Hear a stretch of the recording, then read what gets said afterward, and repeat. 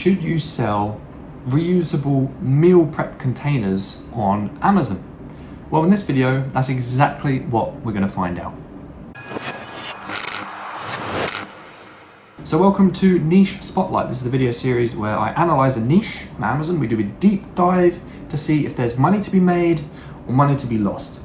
And today I have a very new special cheat sheet and new scoring system I'm using to help you figure out if a niche is good. We're going to run it through together. Should be really exciting. So let's have a look at this niche. The niche is BPA-free reusable meal prep containers. Okay, so it's very simple, really. They are little plastic boxes that people who are into fitness use to prepare meals for the week. So for example, let's say you needed to eat 3 meals a day. You wanted to have the right amount of protein, carbs, fats for each meal and micronutrients. You could do all your cooking on Sunday, prepare all the meals, put them in these containers, put them in the fridge, and then just microwave them for every meal. All right, so these are really popular. And we're gonna do a deep dive into this niche to see whether it's viable or not to launch a private label inside the category. So we're gonna start off, as always, by looking at the core elements of the smash hit product radar to see whether this niche is good or bad. So a quick reminder of what these elements are. First thing we always want to look at when we're analysing a niche is high demand. In other words, are people buying this product or not? If no one's buying the product, then we should just skip it. Let's go where the money is, right? Not try and create demand when there isn't any. You've probably seen many examples of people going on the Dragon's Den or Shark Tank with an idea that they think people are going to like, but there's just absolutely no evidence that it will work. It's a huge gamble, and really the dragons rarely invest in ideas like that. We want proven demand. We want a market already that we can enter into, take a slice of. The next element is low competition, right? So we want there to be demand, but not so much competition that we can't fit in anywhere. So we want space to offer our product and still get sales. Thirdly, low hassle, right? So we don't want it to be a nightmare to import the product. We don't want it to break. We don't want it to be too big. We don't want customers to have issues when they open the product and try and use it. We want everything to be smooth as possible. And then finally, gap. In other words, we want there to be something missing in the marketplace or ways to improve on the product so customers have a reason to buy our product over the other products in the niche. All right, very important. Then you can charge more, you can beat the bestseller, and you can make more money than everybody else. So how do we figure out, using the data that Amazon's giving us on this, on these search results, whether these meal prep boxes meet the criteria on the smash hit product radar? Well, I've created a handy dandy cheat sheet to do just that. Now I don't know if you can tell, but I made this myself. Right, so as you can see, hopefully you could read my handwriting, but basically the title is Smash Hit Product Analysis Cheat Sheet. And there's a box for each element on the Smash Hit Product Radar and a scoring system, which I have used before in these videos, but now it's more neatly laid out so we can figure out whether the product meets each one of these elements. So the first thing we need to check is high demand. In other words, is there enough demand? Is there enough sales going through this marketplace for us to make any sales? The thing we want to look out for with demand is we want to check that there's definitely at least 3 sellers making 3K a month in revenue, right? That's what we want, because then lots of sellers are doing well. They're probably making at least $1,000 a month each in profit. And that means if you sell your product, then you could probably also do that, right? Ignore my gym notification, I'm going in a second. Gonna get it off the iPhone as well. Cool, so let's have a look. I'm using AMZ Scout right now, and I've sorted this niche by revenue. And as you can see at a glance, there's already way over 3 sellers with 3K a month in revenue. In fact, there's 1, 2, 3, 4, 5, 6, 7, 8, 9, 10, 11, 12, 13, 14, 15 sellers with at least 3K a month in revenue. Fantastic. Alrighty, so we can check off this box, a green tick, right? And the score, I like to score each element out of 20. Because there's so many, there's 15 of these 3K sellers. It's way more than we need, 5 times more than we need. So loads of demand. I'm going to give it an 18 out of 20. I mean, the number one bestseller right now is doing £66,000 a month in sales. Wouldn't that be amazing? Even if you just did like a tenth of that and made $6,000 a month, it would be amazing. It would probably be 2K a month profit. I mean, life-changing stuff, right? A few of those products and, I mean, you don't need to work anymore. Right, so yes, there's definitely high demand. What about low competition? Well, we need to figure out if there's 5 or less, let me get the highlighter out, 5 or less established sellers.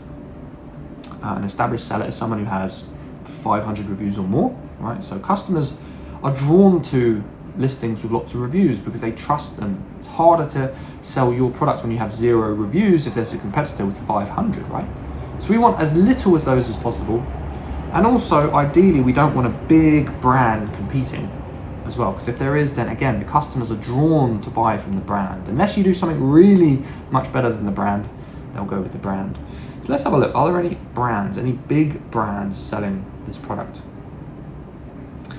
Well, from what I can see, there might be some relatively well-known brands, but there's nothing that really jumps out at me. The only thing that could be, that looks very, very well branded, is this Simply Prep brand. So what I'm going to do is Google it, Simply Prep.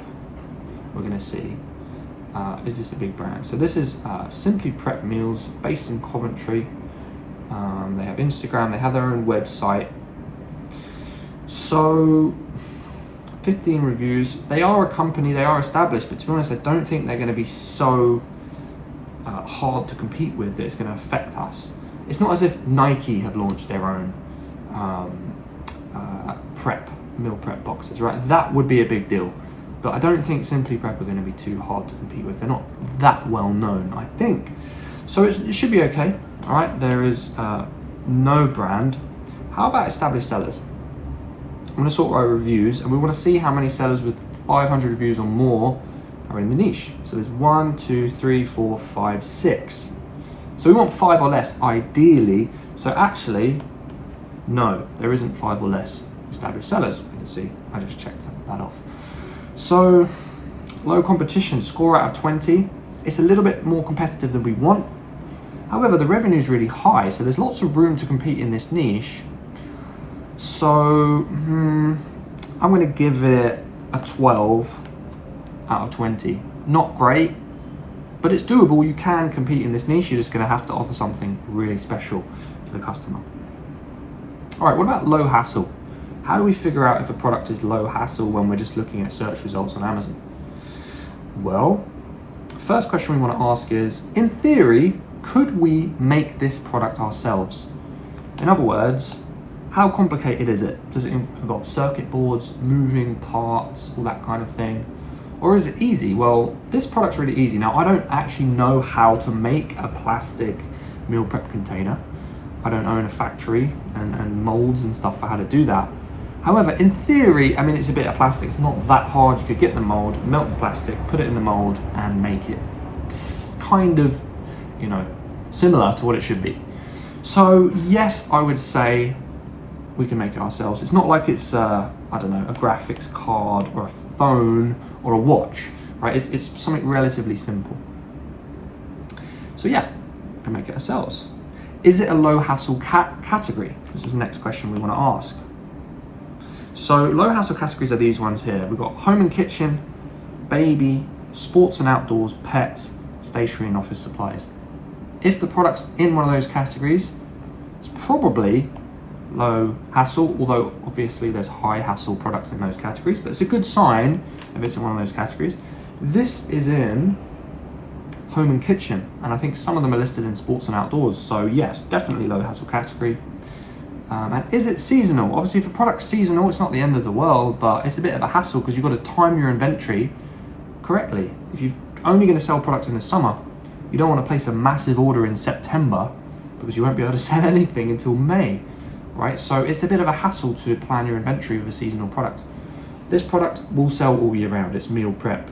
There's no reason why it should sell better in January than in June or August or whatever. I think it will sell all year round. So it's not seasonal. So good. So in terms of low hassle,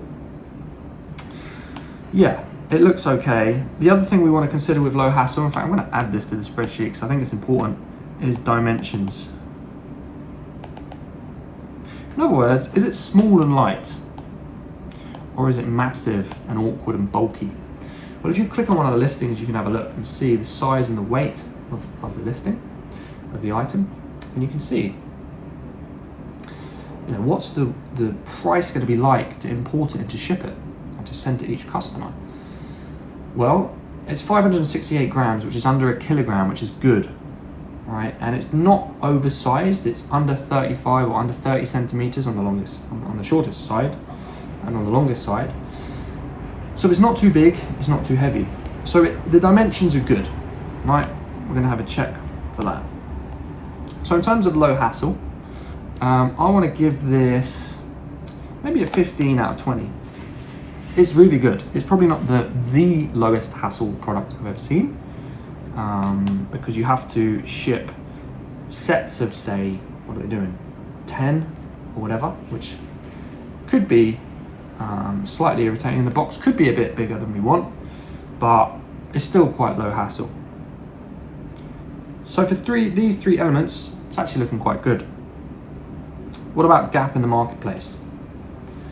Well, how do you find a gap? How do you figure out if a product can be improved on? Well, there's several ways you can do it. Number one best way is to look at the reviews and see if there's any issues with the current products. So if I look at the bestseller, click on the listing, and I go to the reviews, let's see what people are complaining about. There will always be complaints, right? So if we click on 1-star reviews, this person says rubbish, because they're cheap and flimsy. Okay, so this is an issue with the number one bestseller. It's cheap and flimsy. Okay, so we could offer a product that isn't cheap, that's a little bit stronger material that doesn't break so quickly. Broke before first use, bad design, couldn't be put in the dishwasher, bad quality, not dishwasher safe. So we know if we come into this niche with a dishwasher safe, strong, sturdy meal prep container, we will beat the bestseller in one way. We'll do something better than them. So that's one thing you can do. Have a look and see if there's any issues with the products in the marketplace. Another thing you can do to find a gap is see, is anybody bundling? Is anybody offering a set of products with bonus items? For example, meal prep containers with a protein shake bottle or something else that's relevant to the niche. Now, I haven't seen many sellers on this page doing that. It just seems to be a pack of the food storage containers. That's it. So there is room to bundle, right? In fact, I'm going to add this to the cheat sheet as well, so we can use it again in future. So the first thing was issues with the current products, and the second thing is no bundles on the first page. And in fact, this niche, there is issues and there are no bundles on the first page. So there's definitely gaps in the marketplace. In fact, I'd say I'll give this maybe a 17 out of 20 for gap. So it's looking pretty good. We've got pretty high scores so far for the elements on the cheat sheet, but there's one element left, and this is hunch. So as you develop your skills as an Amazon seller, you will develop your hunch, or your sense of intuition for product analysis. And it actually depends on what type of business you want to build and what type of business owner you are. That will actually change your hunch, that will change your intuition when you're looking for products. Because you might want to go for really high volume, lower profit. You might want to go for lower volume, bigger profit products. You might want products that fit into a specific brand. You might want products with high hassle because nobody wants to compete in those niches. I mean, there's loads of decisions you might make as your business grows, and that will change your hunch. I'm going to give you my impressions based on my experience and my business, whether I will launch this product or not, with my hunch. So I would say the plus sides are, look, the demand is crazy, very, very good. The competition's a little bit high, a little bit higher than we want, so that's going to make it a little bit tricky to get those those ads running in a cost-effective way. Because remember, the more competition, the more expensive the advertising. That's just the way it is. Also, the price looks a little bit restrictive to me. Now, we would obviously aim to add more value and charge more than everybody else in the niche. That's what we want to do. However, the price, even if we did charge more, let's say we charge £20 or something, like this seller has here, even though they're offering 50, which is a lot, the price is still a bit low. So whenever you see a price around £15, £13, it doesn't mean you can't make money. You can definitely make money. There's always a way. However, it just means you're going to have to be more creative. You may have to order more units, and it's not going to be as easy if, for example, you could charge £35, £40, £25 or whatever. The higher price you can charge, generally, the easier it is to make profit. So for those reasons, my hunch, I'm going to give it maybe a 13 out of 20. Is there an opportunity? Definitely. Is it the easiest product to launch in the world? Possibly not. Possibly not. So, let's add up these numbers and see where we're at with this niche. We've got high demand plus low competition plus low hassle is 15 plus gap 17 plus hunch is 13. That gives us a total score of 75 out of 100. Pretty solid niche actually. You could launch it, you could do something with it, but you need to be aware of the issues with this niche. Remember, there's no such thing as a perfect niche on Amazon. It does not exist, right? All Amazon gives you are opportunities. And whether you're successful or not is determined by what you do with those opportunities, all right? You're gonna grab them by the horns, be creative, offer something better than everybody else, really know your numbers before you buy a large amount of stock, do a decent test batch. If you can do all that stuff, you can make cash, right? Doesn't matter what the niche is, there's always an opportunity. All right, thanks so much for watching this video. I hope it gave you a little bit more insight into how I do product analysis. I hope you like this niche, maybe go give it a go.